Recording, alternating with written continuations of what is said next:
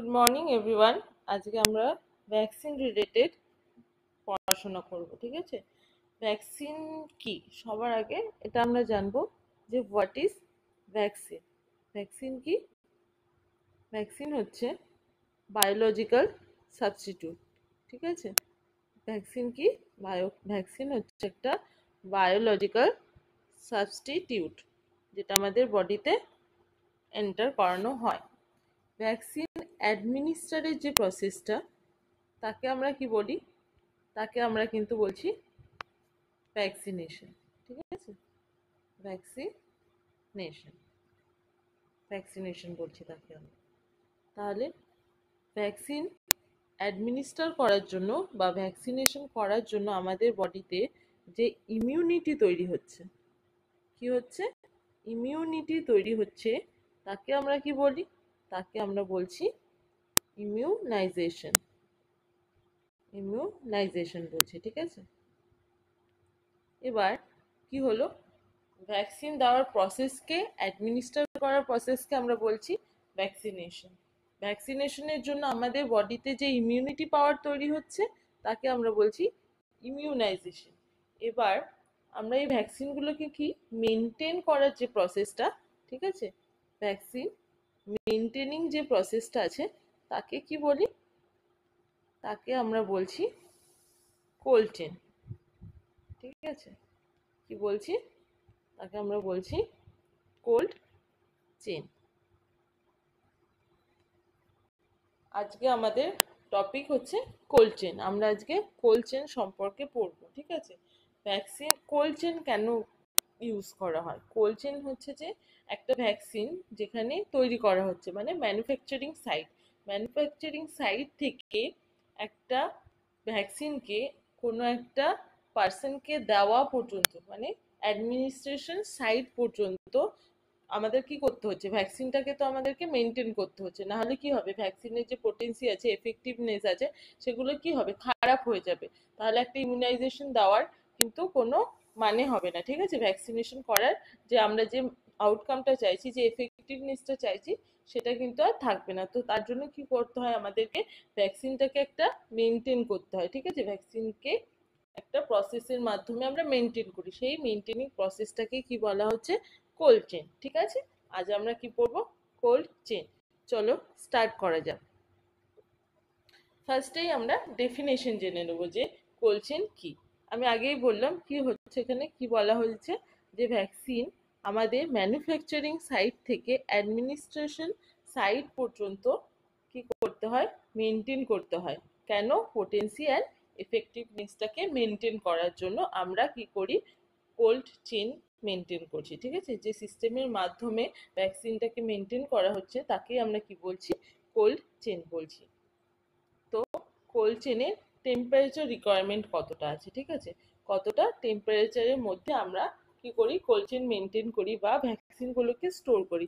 Mainly most of the যত vaccine আছে, সেগুলোকে আমরা কিন্তু +2 ডিগ্রি সেন্টিগ্রেড থেকে +8 ডিগ্রি সেন্টিগ্রেডের মধ্যেই মেনটেন করি। কিন্তু কিছু স্পেশাল ভ্যাকসিন আছে যেগুলোকে আমরা কিন্তু আরো লো টেম্পারেচারে কি করতে হয়? স্টোর করতে হয়। তাদের মধ্যে কারা? Oral polio vaccine. Oral polio ভ্যাকসিনকে আমরা কত ডিগ্রি টেম্পারেচারে মেনটেন করছি? -15 ডিগ্রি সেন্টিগ্রেড থেকে -25 ডিগ্রি সেন্টিগ্রেডে করি। স্পেশালি এক কখনো মানে যদি যদি এক কথায় বলতে হয়, তাহলে -20 ডিগ্রি সেন্টিগ্রেডে কিন্তু আমরা কি করি? স্টোর করি ওপিভিকে। এছাড়াও আছে ইয়েলো ফিভার, ঠিক আছে? ইয়েলো ফিভারকেও কিন্তু অনেক লো টেম্পারেচারে আমাদেরকে কি করতে হয়? স্টোর করতে হয়। কত টেম্পারেচারে করতে হয়? -40 ডিগ্রি সেন্টিগ্রেডে কিন্তু কি করি আমরা? ইয়েলো ফিভারকে স্টোর করতে হয়। নেক্সট আমরা পড়বো এর পারপাস কি, কোল্ড চেন আমরা কেন ইউজ করি, ঠিক আছে? কোল্ড চেন ইউজ করার পারপাস হচ্ছে কি? প্রিভেন্ট ভ্যাকসিন ড্যামেজ, ঠিক আছে? প্রথমে কি বললাম? ভ্যাকসিনকে আমরা কি করছি? ভ্যাকসিনকে প্রোটেক্ট করার জন্যই কিন্তু আমরা কি করছি? কোল্ড চেনটা মেনটেন করছি। কোথা থেকে প্রোটেক্ট করবো ভ্যাকসিনকে? হিট, ফ্রিজ অথবা লাইট। কোনো ঠান্ডায়, টেম্পারেচার গরমে অথবা লাইটের জন্য কি হয়? এফিকেসি নষ্ট হয়ে যেতে পারে ভ্যাকসিনের। তো আমরা ভ্যাকসিনকে প্রোটেক্ট করার জন্য, ভ্যাকসিন যাতে ড্যামেজ না হয়, সেই জন্য আমরা কি করতে হয়? কোল্ড চেন মেনটেন করতে হয়। এছাড়া আর কিসের জন্য? Safe and effectiveness of a vaccine for immunisation, আমরা ইমিউনাইজেশন যে দিচ্ছি, ভ্যাকসিন যে করছি, ভ্যাকসিনের যে এফেক্টিভনেস সেটা যেন প্রপারলি আসে। সেটা কখন আসবে? যদি ভ্যাকসিনটা ঠিকঠাক থাকে, ঠিক আছে, ভ্যাকসিনটা সেফ থাকে, ওর পোটেনশিয়াল ঠিক থাকে, মেনটেন হয়, তবেই কিন্তু আমরা কি হবে, ওর আউটকামটা ঠিকঠাকভাবে পাবো। তো সেটাই, সে এফেক্টিভনেসটা পাওয়ার জন্যই কিন্তু আমরা কি করছি, কোল্ড চেনটা মেনটেন করছি। নেক্সট আমরা পড়বো কোল্ড চেন প্রসেস, ঠিক আছে, কিভাবে কোল্ড চেন ম্যানুফ্যাকচারিং সাইট থেকে আমাদের ভ্যাকসিনেশন সাইট পর্যন্ত পৌঁছায়। আমাদের কোন এরিয়াটাতে, কোন টাইমটাতে আমাদেরকে কোল্ড চেনটা মেনটেন করতে হচ্ছে, আমরা কিন্তু এবার সেই প্রসেসটাই পড়বো। প্রথমে কি, ভ্যাকসিন কি হচ্ছে, একটা জায়গায় ম্যানুফ্যাকচারিং সাইটে প্রথমে কি হচ্ছে, এখানে কিন্তু ভ্যাকসিনটা তৈরি হচ্ছে। সেই ভ্যাকসিন তৈরি হওয়ার পর, এরপর থেকেই যখনই ম্যানুফ্যাকচারিং সাইট থেকে এটা কি ট্রান্সপোর্ট হয়ে কোথায় যাচ্ছে, ন্যাশনাল ভ্যাকসিন স্টোরে যাচ্ছে। যখনই ন্যাশনাল ভ্যাকসিন স্টোরে, এই যেখান থেকে ট্রান্সপোর্টেশন স্টার্ট হচ্ছে, এইখান থেকেই কিন্তু আমাদের কোল্ড চেন প্রসেসটা স্টার্ট হয়ে যাচ্ছে, ঠিক আছে। ন্যাশনাল ভ্যাকসিন স্টোর থেকে কোথায় আসছে, রিজিওনাল এরিয়াতে বা ডিস্ট্রিক্ট এরিয়াতে আসছে। সেখান থেকে আমাদের পিএইচসিতে আসে, পিএইচসি থেকে আমাদের সাব সেন্টারে আসে, সাব সেন্টারে কি হয়, আমাদের এএনএম স্টাফেরা থাকে, এএনএম স্টাফেরা ভ্যাকসিন ক্যারিয়ারের মাধ্যমে কিন্তু ভ্যাকসিনগুলোকে কি করে, সাইটস ফিল্ডে নিয়ে যায়, ঠিক আছে। ম্যানুফ্যাকচারিং ইউনিট থেকে আসছে কোথায়, আমাদের ন্যাশনাল ভ্যাকসিন স্টোর, বা কোথায় আসে, আমাদের স্টেট লেভেলে আসে, ঠিক আছে, স্টেট লেভেলে কিন্তু আসছে। স্টেট লেভেলে কি থাকে, আমাদের স্টেট লেভেলে কিন্তু আমাদের ওয়াক ইন রুম থাকে, ওয়াক ইন ফ্রিজার রুম থাকে। একমাত্র আমাদের স্টেট লেভেলেই কিন্তু কি থাকে, ওয়াক ইন যে রুমগুলো হয়, ফ্রিজার রুমগুলো হয়, সেগুলো থাকে। অ্যান্ড ওয়াক ইন রুমেই কিন্তু আমরা একমাত্র একটা ভ্যাকসিনসকে, যে কোনো ভ্যাকসিনসকে 3 মান্থসের জন্য কি করতে পারি, আমরা স্টোর করতে পারি। নেক্সট আসে ডিস্ট্রিক্ট এরিয়াতে, ডিস্ট্রিক্ট এরিয়া অ্যান্ড আমাদের যে প্রাইমারি হেলথ কেয়ার সেন্টার আছে, সেখানে কিন্তু, এখানে কিসের মাধ্যমে মেনটেন হয়, আইএলআর। এখানে কিন্তু আইএলআর থাকে। আইএলআর কি, আইএলআর হচ্ছে আইসল্যান্ড রেফ্রিজারেটর, যেখানে আমরা 1 মান্থের জন্য যে কোনো ভ্যাকসিনকে স্টোর করতে পারি, ঠিক আছে, 1 মান্থের জন্য করি। সাব সেন্টারে কিন্তু কোনো স্টোর হয় না, এখানে কিন্তু কোনো রকম স্টোর করা যায় না, ঠিক আছে। নেক্সট আমরা পড়ে নেব কম্পোনেন্টস, কোল্ড চেনে কি কি কম্পোনেন্টস আছে, ইকুইপমেন্টগুলো আমরা কিন্তু পড়ে নেব, ঠিক আছে। কি কি ইকুইপমেন্ট আমরা পড়লাম, ওয়াক ইন রুম আছে, ice lined refrigerator, deep freezer, cold box, vaccine carrier and ice বাক্স। ওয়াক ইন রুম কোথায় আছে বললাম, যে সমস্ত ওয়াক ইন, মানে হেঁটে যে যে পুরো রুমটায় যে ফ্রিজ থাকে, ঠিক আছে, আমরা যেকে বলি কোল্ড স্টোরেজ যেগুলো হয়, সেগুলো কিন্তু মেনলি রিজিওনাল স্টোরেই কিন্তু থাকে, ঠিক আছে। আইসল্যান্ড রেফ্রিজারেটর আমরা কোথায় থাকি, ডিস্ট্রিক্ট এরিয়াতে, ডিস্ট্রিক্ট সিএসসি পিএইচসি, এগুলোতে কি হয়, এগুলোতে কিন্তু আমরা আইসল্যান্ড রেফ্রিজারেটর ইউজ করি। ডিপ ফ্রিজার মানে যে ফ্রিজিং যে আইস প্যাকসগুলো হয়, যেখানে আমরা কি হয়, যেমন ওপিভি মানে oral polio vaccine, yellow fever, যেগুলো অনেক লো টেম্পারেচারে ফ্রিজ করে রাখতে হয়, তার জন্য আমরা কি ইউজ করি, তার জন্য কিন্তু আমরা ডিপ ফ্রিজার ইউজ করছি। নেক্সট কি, কোল্ড বক্স। কোল্ড বক্স কোনগুলো, যেগুলোতে করে একটা বক্সের মতো, যেগুলোর মধ্যে করে কি করা হয়, আমাদের আইস প্যাক থাকে অনেকগুলো, তার মধ্যে আমরা ভ্যাকসিনগুলো ওর মধ্যে রাখি, অ্যান্ড সেটাতে করে আমরা কি করি, ভ্যাকসিন ট্রান্সপোর্ট করি। অ্যান্ড ভ্যাকসিন ক্যারিয়ার কি, ভ্যাকসিন ক্যারিয়ার হচ্ছে যে, যেগুলো এএনএম স্টাফেরা কি করে, ভ্যাকসিন ক্যারিয়ার ছোট ছোট বক্স থাকে, তার মধ্যে হয় 4টে নয় 2টো করে আইস প্যাক নিয়ে, তার মধ্যে কিন্তু কি করে, ভ্যাকসিনগুলো নিয়ে ওরা ফিল্ডে যায়, সাইটে যায় ভ্যাকসিন দেওয়ার জন্য। আইস প্যাক মেনটেন করে টেম্পারেচার অফ দ্য বক্সেস, ঠিক আছে। নেক্সট আমরা কি পড়বো, আমরা একটু আইলার সম্পর্কে জেনে নেব, ঠিক আছে। এই যে ছবিটা দেখছো, এই ছবিটা কি, এটা কিন্তু আইএলআর, আইস লাইন রেফ্রিজারেটরের ছবি এটা, ঠিক আছে। আইস লাইন রেফ্রিজারেটর এরকম দেখতে হয় কিন্তু, ঠিক আছে। এটা কি, এটা কিন্তু কোল্ড চেনের খুব ইম্পর্টেন্ট একটা ইকুইপমেন্ট, ঠিক আছে। কোল্ড চেনের মোস্ট ইম্পর্টেন্ট ইকুইপমেন্ট কি, মোস্ট ইম্পর্টেন্ট ইকুইপমেন্ট হচ্ছে কি আইলাইনার মোস্ট ইম্পর্টেন্ট ইকুইপমেন্ট। ঠিক আছে, একে কতক্ষণ চার্জ দিতে হয়, এটা কিন্তু চার্জ দিতে হয়। ঠিক আছে, আমরা একটা আইলাইনারকে কতক্ষণ চার্জ দেবো, একে চার্জ করতে হয় ফর 8 আওয়ার্স। আমরা কিন্তু 8 ঘন্টার জন্য একটা আইলাইনারকে চার্জ দেব।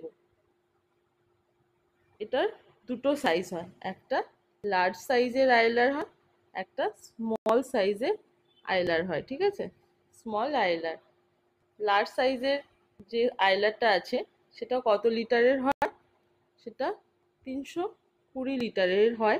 অ্যান্ড এটা ডিস্ট্রিক্ট লেভেলে দেখতে পাওয়া যায়। ঠিক আছে, আমাদের যে ডিস্ট্রিক্ট এরিয়াতে যেখানে কোল্ড চেন মেনটেন হয়, ভ্যাকসিন স্টোর হয়, সেখানে আমাদের লার্জ সাইজ দেখতে পাওয়া যায়। স্মল গুলোর কত হয়, 140 লিটার পর্যন্ত হয়। এগুলো সিএইচসি বা পিএইচসিতে কিন্তু স্মল আইলার দেখতে পাওয়া যায়। ঠিক আছে, এবার আমরা পড়বো যে একটা আইলারের টেম্পারেচার, কত টেম্পারেচার মেনটেন হয়। একটা আইলারের মধ্যে টেম্পারেচার মেনটেন হয় কিন্তু নর্মালি +2 ডিগ্রি সেন্টিগ্রেড থেকে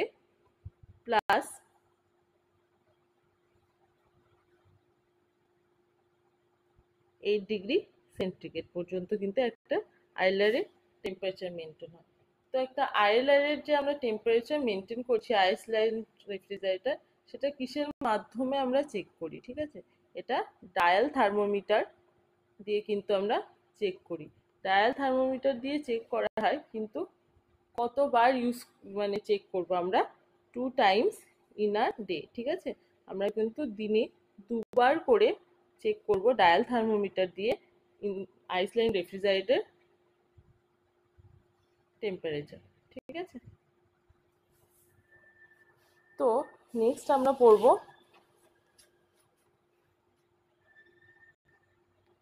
এটা কি, এটা হচ্ছে, এটাকে কি বলা হয়, ভিভিএম। ঠিক আছে, তোমরা ভিভিএম এর ফুল ফর্ম জানো? ভিভিএম এর ফুল ফর্ম হচ্ছে ভ্যাকসিন ভায়াল মনিটরিং। ঠিক আছে, ভ্যাকসিন ভায়াল মনিটরিং। এখানে কি করতে হচ্ছে আমাদেরকে, এই যে দেখতে পাচ্ছ 4টে ভায়াল রাখা আছে। ঠিক আছে, এখানে কি 4টে ভায়াল রাখা আছে। ঠিক আছে, 4টে ভায়াল রাখা আছে। 4টে ভায়ালেরই এখানে দেখো 4টে বক্স আছে, প্রত্যেকটা ভায়ালের গায়ে একটা করে কি বক্স আছে। এই বক্সটায় কি হয়েছে, এই বক্সটায় দেখো বাইরেও ব্লু কালার আছে কিন্তু ভেতরটা হোয়াইট। এখানটা কি বাইরে ব্লু আছে কিন্তু ভেতরটা কি লাইট ব্লু হয়ে গেছে। এটা বাইরের কালারটার সঙ্গে ভেতরের কালারটা মিলে গেছে, একই হয়ে গেছে। আর এটা কি হয়ে গেছে, ভেতরের কালারটা কিন্তু বাইরের কালারটার থেকেও বেশি ডিপ হয়ে গেছে। ঠিক আছে, এটা কখন হবে, কেন হবে, আর হয়ে গেলে আমরা এটাকে কি রকম ভাবে কি ইউজ করব। ঠিক আছে, ফার্স্টেই পড়ে নেব। এই দেখো কি হচ্ছে, এইরকম যদি থাকে, যখন এরকম থাকবে কি বাইরেটা ব্লু থাকছে অ্যান্ড ভেতরেরটা কি হচ্ছে হোয়াইট থাকছে, তখন আমরা কিন্তু ভ্যাকসিনটাকে কি করব, ইউজ করতে পারবো। যখন এরকম হবে যে ভ্যাকসিনের বাইরেটা ব্লু আছে কিন্তু ভেতরটা কি হয়ে গেছে, এখানে ভেতরটা কিন্তু লাইট ব্লু হয়ে গেছে, তখন এই ভ্যাকসিনগুলোকে আগে ইউজ করে নিতে হবে। ঠিক আছে, আর যখনই এরকম কালার বুঝতে পারছো না, দুটো কালারকে আলাদা করতে পারছো না, বা ভেতরের কালারটা ডিপ হয়ে গেছে, তখন কিন্তু সেই ভ্যাকসিনগুলোকে আমরা আর ইউজ করব না। কখন হয় এই রকম ভ্যাকসিনের কালার, যে আমরা যে মনিটর এগুলোকে কি করছি, ভায়াল মনিটর করছি, ভ্যাকসিনের ভায়ালগুলো যে মনিটর করছি, এগুলো আমরা কালার কখন চেঞ্জ হয়, যখন কোনো ভ্যাকসিন টেম্পারেচারে কি হয় খারাপ হয়ে যায়, টেম্পারেচারে এক্সপোজ হচ্ছে, টেম্পারেচারে এক্সপোজ হওয়ার জন্য কি হচ্ছে, খারাপ হয়ে যাচ্ছে। ঠিক আছে, কি হচ্ছে, এটা টেম্পারেচারে এক্সপোজ হচ্ছে। ঠিক আছে, টেম্পারেচার এক্সপোজ হওয়ার জন্য কি হচ্ছে, খারাপ হয়ে যাচ্ছে, তখন কিন্তু কি হচ্ছে, এরকম ভাবে কালার চেঞ্জ হয়ে যায়। এবং আমরা যখনই কোনো ভ্যাকসিন দেব তখন কিন্তু আমরা ভ্যাকসিন ভায়ালে মনিটর করে তবেই দেবো, যে কালার কি চেঞ্জ হয়েছে নাকি চেঞ্জ হয়নি। এরকম কালার চেঞ্জ হয়ে গেলে আমরা কিন্তু সেগুলো দেবো না। আর এইরকম কালার থাকলে সেই ভ্যাকসিনসগুলো আমরা কি করব, ইউজ করতে পারবো। এটা হচ্ছে ভ্যাকসিন ভায়াল মনিটরিং। নেক্সট আর একটা আমরা কি করি, শেক টেস্ট বলা হয় এটাকে। কি বলা হয়, এটাকে বলা হচ্ছে শেক টেস্ট। এর মাধ্যমেও কিন্তু আমরা চেক করি যে ভ্যাকসিনটা ঠিক আছে কিনা।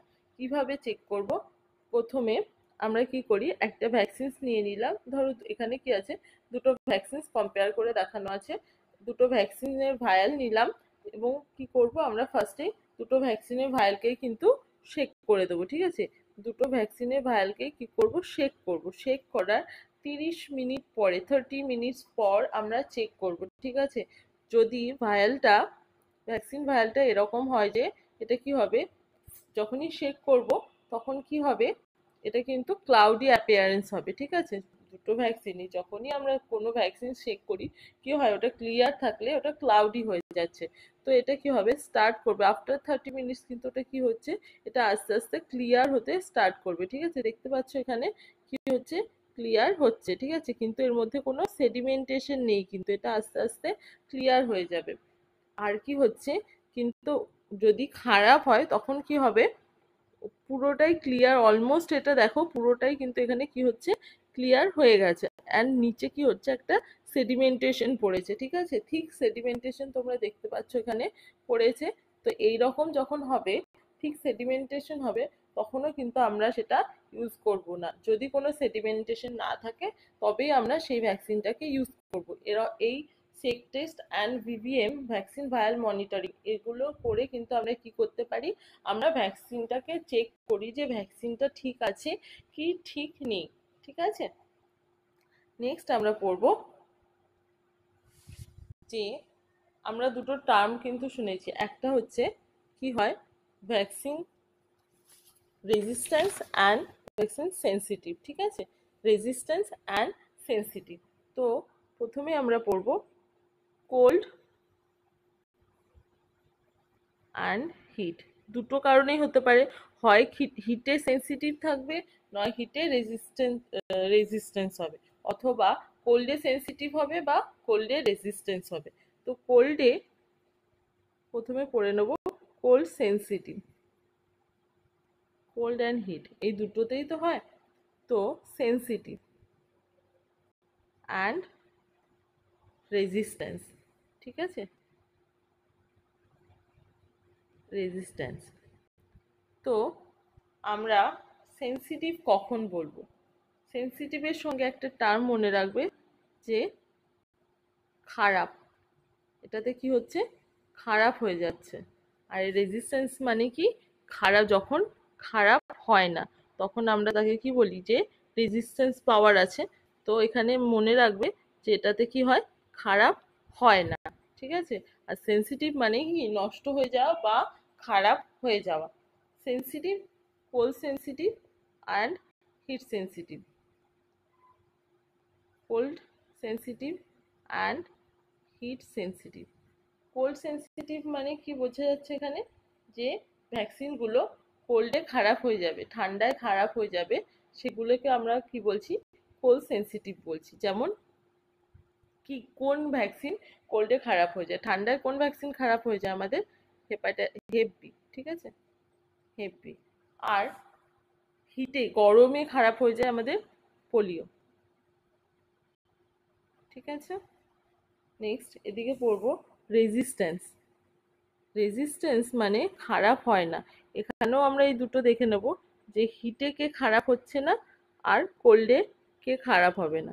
কোল্ডে কে খারাপ হয় না আর হিট পেলে কোন ভ্যাকসিন খারাপ হয় না, সেটাই পড়বো।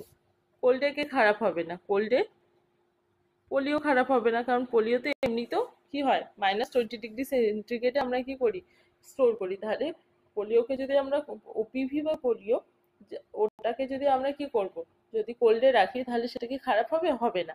আর হিটে কি খারাপ হয় না, হিটে কিন্তু আমাদের টিটেনাস খারাপ হয় না। ঠিক আছে, তাহলে কি হলো, তাহলে ব্যাপারটা কি দাঁড়ালো? ব্যাপারটা এরকম দাঁড়ালো যে আমাদের কোল্ড সেন্সিটিভ ভ্যাকসিন কি? কোল্ড সেন্সিটিভ ভ্যাকসিন হচ্ছে hepatitis B, and heat sensitive polio vaccine. Heat resistance tetanus and cold resistance হচ্ছে পোলিও ভ্যাকসিন। ঠিক আছে, নেক্সট আমরা পড়ব, চলো, এই যে আমরা ভ্যাকসিন ভায়াল মনিটরিং পড়লাম, ঠিক আছে, ভ্যাকসিন ভায়াল মনিটরিং এটা কাদের ওপর অ্যাপ্লিকেবল হবে অ্যান্ড কাদের ওপর অ্যাপ্লিকেবল হবে না।